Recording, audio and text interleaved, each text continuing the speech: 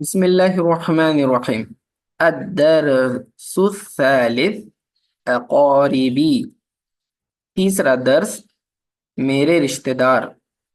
الدرس الثالث موصوف صفت بنے گا. دیکھیں کہ تیسرا درس، تھرڈ لیسن. اقارب قریبی رشتہ داروں کو کہتے ہیں. یا متکلم کی ہے اقاربی، میرے قریبی رشتہ دار، یہ مطلب ہوگا. ٹھیک ہے. پچھلے درس میں ہم نے دیکھا کہ جو ہمارے بلڈ ریلیٹیوز ہیں ڈائریکٹلی، تو ان کے بارے میں ماں باپ، دادا دادی، بیٹا بیٹی، ان کے تعلق سے ہم نے پڑھا. آج مزید کچھ اور رشتہ داروں کے بارے میں دیکھیں گے. ٹھیک ہے. چلیے، سوال و جواب کی شکل میں ہے تو میں اس کو ایکسپلین بھی کرتا جاؤں گا. من انتا، آپ کون ہے، یہ آپ کو پوچھنا ہے. تو من انتا کے ذریعے آپ کس طرح سوالات کر سکتے ہیں. من انتا، ہو آر یو، آپ کون ہو، تو کون ہے. آپ یوں بھی کہہ سکتے ہیں تو کون ہے. تو ماہر کہتا ہے من انتا، تو کون ہے. سعید جواب دیتا ہے انا خطیب سلوى، میں سلوى کا منگیتر ہوں. خطیب سے یہ خطاب کرنے والا مراد نہیں ہے. ٹھیک ہے. یہ خطبۃ النکاح سے ہے. خطبۃ النکاح کا مطلب ہوتا ہے نکاح کا پیغام دینا. ٹھیک ہے. قرآن میں یہ لفظ ہے خطبۃ النکاح، یعنی جو عورتیں عدت میں ہیں تو آپ انہیں نکاح کا پیغام نہیں دے سکتے. تو وہاں اس کا ذکر آیا ہوا ہے، غالباً سورہ نساء میں ہے. تو انا خطیب سلوى، تو خطیب سلوى سے مراد کیا ہوگا. میں سلوى کا منگیتر ہوں، میں فیونسے ہوں. کس کا؟ سلوى کا. انا خطیب سلوى. عادل کہتا ہے من انتا، تو کون ہے. تو باسم جواب دیتا ہے انا ابن سعد، میں سعد کا بیٹا ہوں. ٹھیک ہے. اب یہاں کیا کیا ہے، یہ مضاف مضاف الیہ بن رہا ہے. ابن بیٹے کو کہتے ہیں، سعد یہ مضاف الیہ ہے. تو ابن سعد، سعد کا بیٹا، میں سعد کا بیٹا ہوں، میں سعد کا لڑکا ہوں. عربی میں دلہن کو عروسن کہتے ہیں اور دولہے کو عریسن کہتے ہیں. دلہن کو عروسن عین سے اور دولہے کو عریسن کہتے ہیں. لفظ زوج جو ہے یہ دولہا اور دلہن یعنی شوہر اور بیوی دونوں کے لیے استعمال ہوتا ہے. زوجن مذکر ہوگا، زوجتن مؤنث ہوگا. ٹھیک ہے. تو میاں بیوی کے لیے استعمال کیا جاتا ہے. حنا کہتی ہے من انتی، تو کون ہے. خدا کہتی ہے انا زوجت مالک، میں مالک کی بیوی ہوں. زوجت مالک، میں مالک کی بیوی ہوں. تو دیکھا یہاں پر زوجتن تا کے ساتھ ہے تو ترجمہ بیوی کے ساتھ کریں گے. اگر تا نہ ہو تو شوہر کے ساتھ اس کا ترجمہ کریں گے. انا زوجت مالک، یہ بھی مضاف مضاف الیہ ہے کہ میں مالک کی بیوی ہوں. منیرہ کہتی ہے من انتی، تو کون ہے. اس پر عزیزہ جواب دیتی ہے انا عروس مراد، میں مراد کی دلہن ہوں. دیکھا یہاں لفظ عروس استعمال کیا گیا.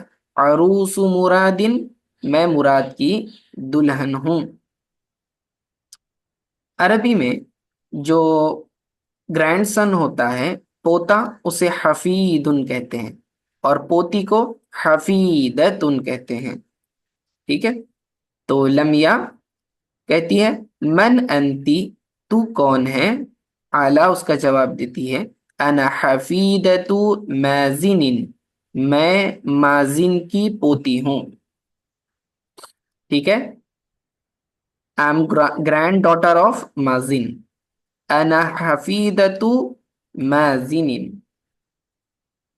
اب اس لیسن میں آپ نے غور کیا ہوگا کہ من کے ذریعے سوال کیا جا رہا ہے اور یہ ذوی العقول کے لیے استعمال ہوتا ہے، یعنی کہ انسانوں کے لیے، جنات اور فرشتوں کے لیے. باقی اگر آپ کو سوال کرنا ہے کسی چیز کے بارے میں یا برڈ کے بارے میں یا اینیمل کے بارے میں، تو آپ من استعمال نہیں کریں گے، ما استعمال کریں گے.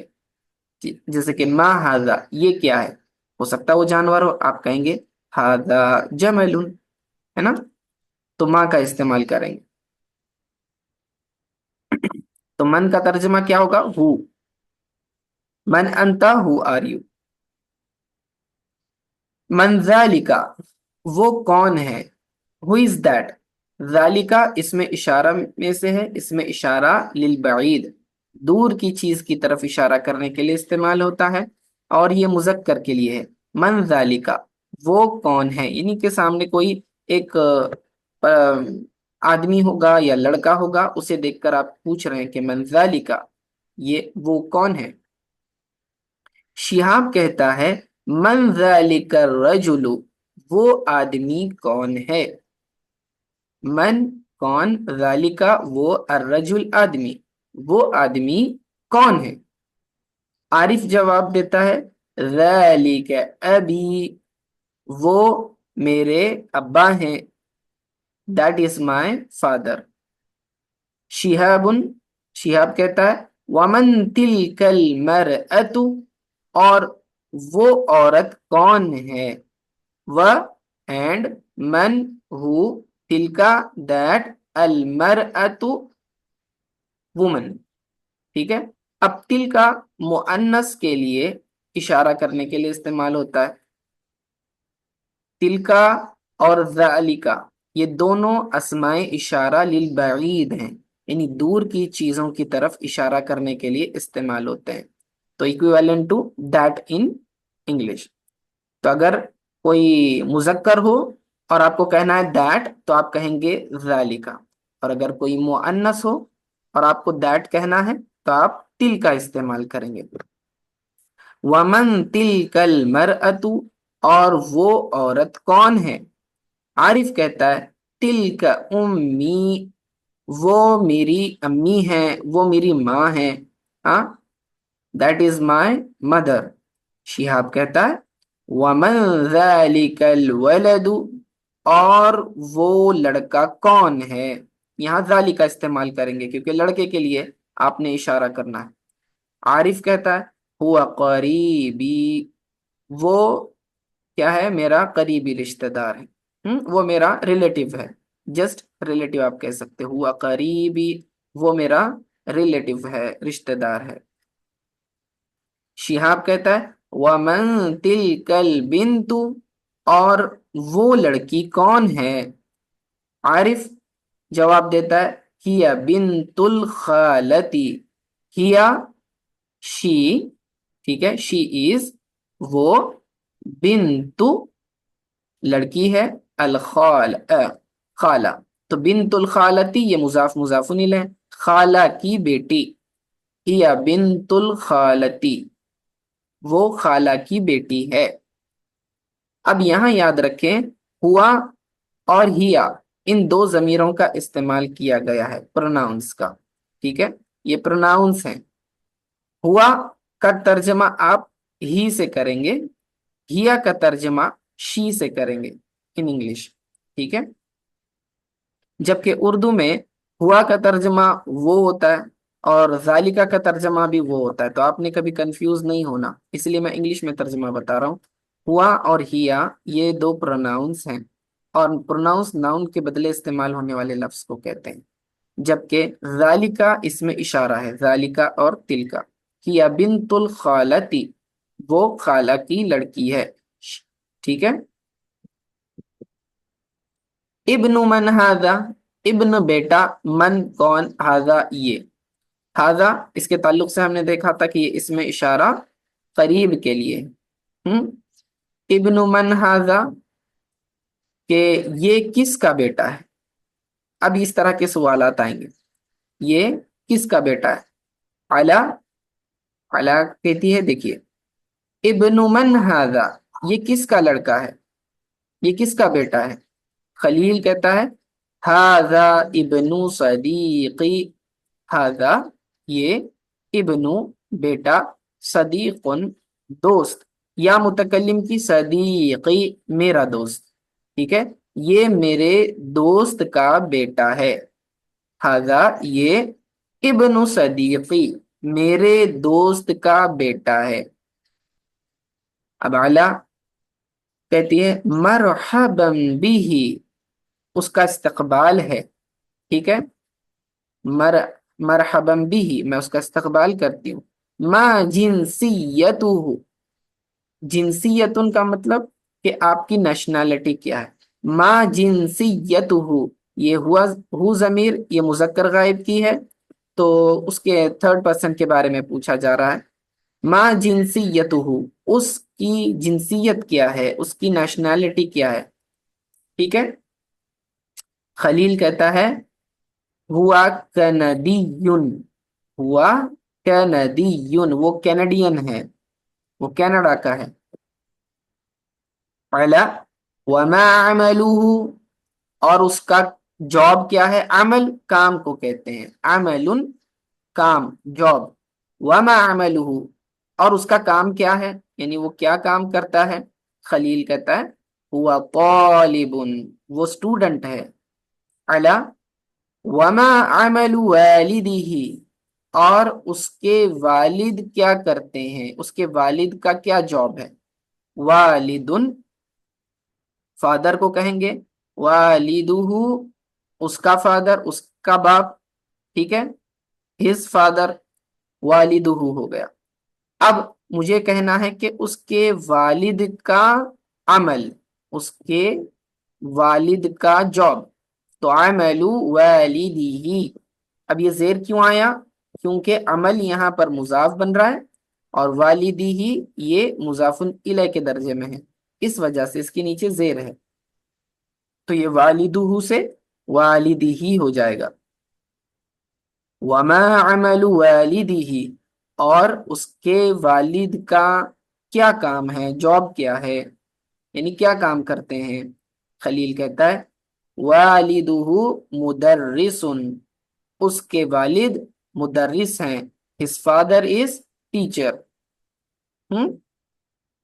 تو اب اس میں جو بھی ہم نے یہ ایکسرسائز دیکھی لیسن میں، تو کیا کیا قواعد اس کے اندر آئے ہیں، اس کی تدریب، اس کی ہم ایک بار ایکسرسائز دیکھ لیتے ہیں. تدریب الاول اقرأ الامثلة التالیہ، نیچے دی گئی مثالیں پڑھیں. لضمائر المفرد المنفصلة، ضمیر مفرد منفصل کی جو مثالیں ہیں وہ ہوا اور ہیا کا استعمال کیا گیا ہے. ٹھیک ہے، یہ دونوں پروناؤنس ہیں. ہوا کا ترجمہ ہی سے کریں گے، ہیا کا ترجمہ شی سے کریں گے. ٹھیک ہے، ہوا مذکر کے لیے ہے، ہیا مؤنث کے لیے ہے، اور یہ دونوں ضمیریں کس کے لیے ہیں، غائب کی ضمیر ہیں، تھرڈ پرسن کے لیے استعمال ہوتی ہیں، ہی اینڈ شی. ہوا محمود، وہ محمود ہے. ہی ہناء، ٹھیک ہے، وہ ہنا ہے. ہوا والد، وہ والد ہیں. ٹھیک ہے، ہی is father, he والدۃ، she is mother. ہوا طالب، ہی از اسٹوڈنٹ، ہی طالبۃ، she is student, she is a student. ہوا مدرس، ہی از a teacher, he Madrasatul, she is a teacher. ٹھیک ہے، تو ہوا اور ہیا کا استعمال ہم نے بتا دیا. یہ دونوں ضمیریں ہیں اور غائب کی ضمیریں ہیں، ہوا مذکر کے لیے، ہیا مؤنث کے لیے. اب التدریب الثانی، سیکنڈ ایکسرسائز کو دیکھ لیے. یہاں پر ذالکا اور تلکا کا استعمال کیا ہے. ذالکا دیٹ کہنے کے لیے استعمال ہوگا، ذالکا اور تلکا دونوں کا معنی ایک ہی ہے، دیٹ. فرق صرف اتنا ہے، ذالکا میل کے لیے اور تلکا فیمیل کے لیے آپ استعمال کریں گے. ذالکا محمود، وہ محمود ہے، دیٹ از محمود. تلکا ہناء، دیٹ از ہنا. ذالکا والد، دیٹ از فادر. تلکا والدۃ، دیٹ از mother. ذالک طالب، that is a student. Tilak طالبۃ، that is a female student. ذالک مدرس، that is a teacher. Tilak Madrasatul, that is a female teacher. ہو گیا. تو یہ دو چیزیں ہم نے دیکھی. سب سے پہلے ضمیر کیسے استعمال کرنے، ضمیر مفرد منفصل. منفصل کا مطلب ہوتا ہے ڈیٹیچڈ پروناؤن، جو لفظ کے ساتھ جڑ کر مل کر نہیں آتے، تو ہوا اور ہی سیپریٹ ورڈ ٹریٹ ہوتے ہیں۔ اس کے بعد ہم نے اس میں اشارہ للبعید دیکھا، یعنی کہ دور کے آبجیکٹس کی طرف اشارہ کرنے کے لیے ذالکا اور تلکا کا استعمال کیا جاتا ہے۔ اب التدریب الثانی ثالث، تیسری ایکسرسائز، یہاں پر ابن کا استعمال کیا ہے اور